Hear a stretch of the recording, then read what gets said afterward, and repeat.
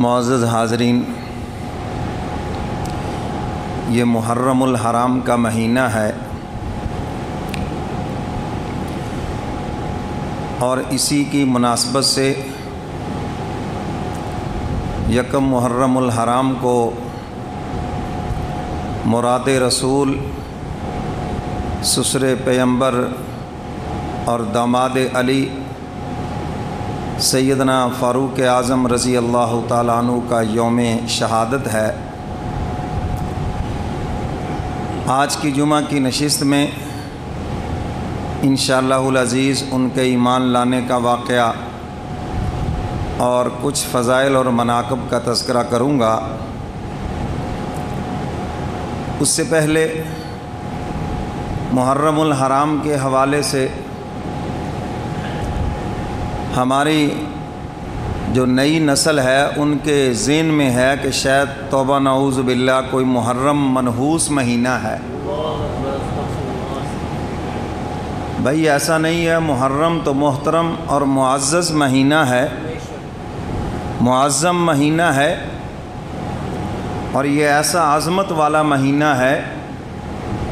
9، 10 محرم یا 10 اور 11 محرم جو 2 دن کا روزہ رکھے، اللہ کے محبوب فرماتے ہیں 1 سال گزشتہ اور 1 سال آئندہ حق تعالیٰ 2 سالوں کے گناہوں کو معاف فرما دیتے ہیں۔ یہ تو اتنا بابرکت مہینہ ہے، تو اس میں نحوست والی کوئی بات نہیں ہے۔ اچھے بھلے لوگ محرم میں شادی نہیں کریں گے، جی منع ہے۔ کہاں منع ہے؟ حضور علیہ السلام نے خود محرم الحرام کے مہینے میں نکاح فرمایا ہے۔ اب اس سے بڑھ کر تو کچھ نہیں ہے، اور اسلام میں کوئی ممانعت بھی نہیں ہے۔ کہتے ہیں جی حضرت حسین رضی اللہ تعالیٰ عنہ کی شہادت ہوئی۔ دیکھو بھی دین حضور علیہ السلام پہ مکمل ہو گیا۔ جس چیز نے باعث عظمت ہونا تھا وہ بھی ہو گئی، جس نے منحوس ہونا تھا وہ بھی ہو گئی۔ تو حضرت حسین رضی اللہ تعالیٰ عنہ جنت کے جوانوں کے سردار ہیں، اور ان کی شہادت بھی بڑی مظلومانہ ہے، مگر اس کا یہ مطلب نہیں کہ ان کی شہادت کی وجہ سے اس مہینے کے اندر کوئی نحوست آ گئی ہے۔ شہیدوں کے سردار کون ہیں؟ حضرت حمزہ، سید الشہداء سیدنا امیر حمزہ۔ شہیدوں کے سردار کون ہیں؟ بولو بولو، شہیدوں کے سردار کون ہیں؟ حضرت حمزہ۔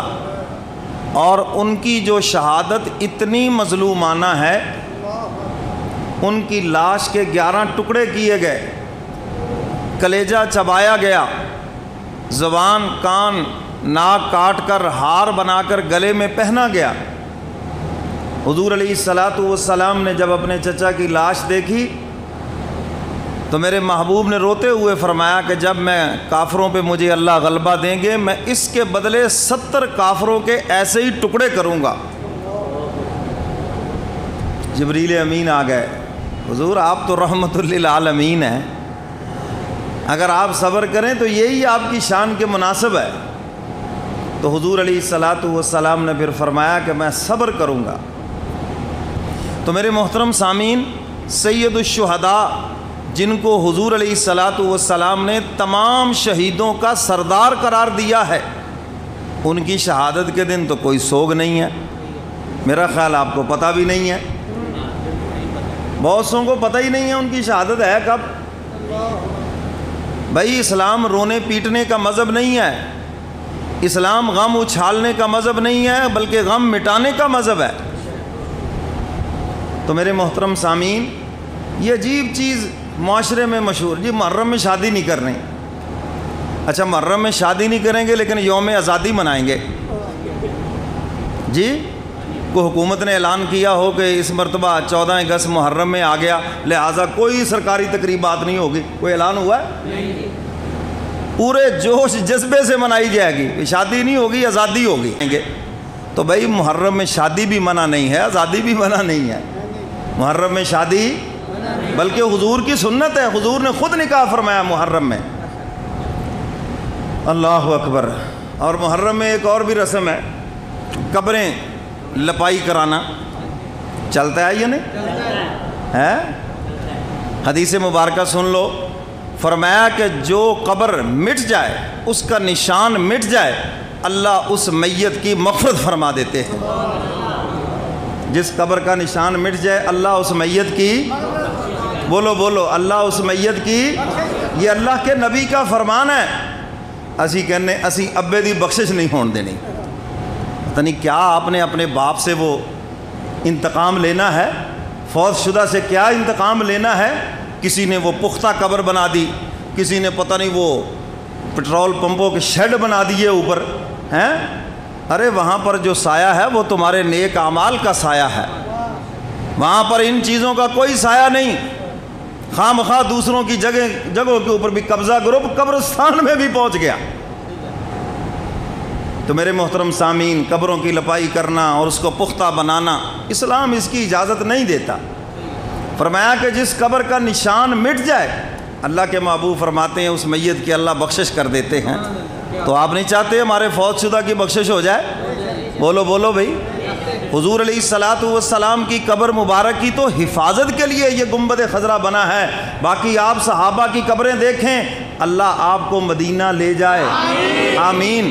جنت البقیع میں جا کر دیکھیں، کسی صحابی کی قبر نہ پختہ ہے، نہ اونچی ہے، نہ کوئی تختی لگی ہوئی ہے، بلکہ پتہ ہی نہیں ہے کہ کس کی قبر کہاں پر ہے۔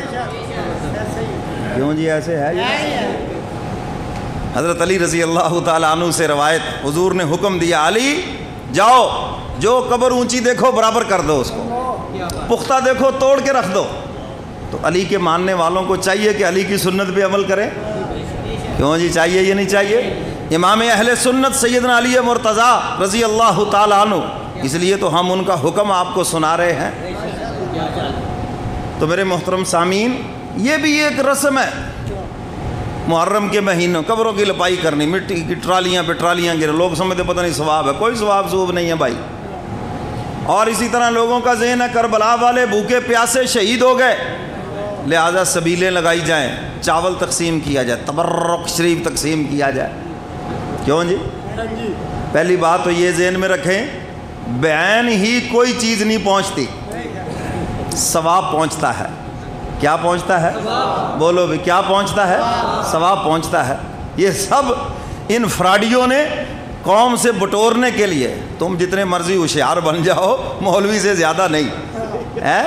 کیسے کیسے فنکار دیکھو، پڑھے لکھے بھی آ جاتے ہیں جال میں، ہیں جی، مال کھانے کے لیے، نذرانے بٹورنے کے لیے، سب ٹکوسلے ہیں۔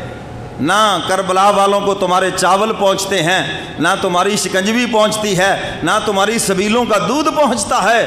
ہاں اس سال ثواب کوئی کرے، سارا سال کرے، اس مہینے میں کرے، ثواب پہنچتا ہے، چیز کوئی بھی نہیں پہنچتی۔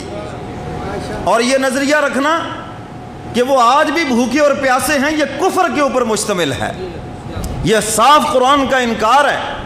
حق تعالیٰ نے قرآن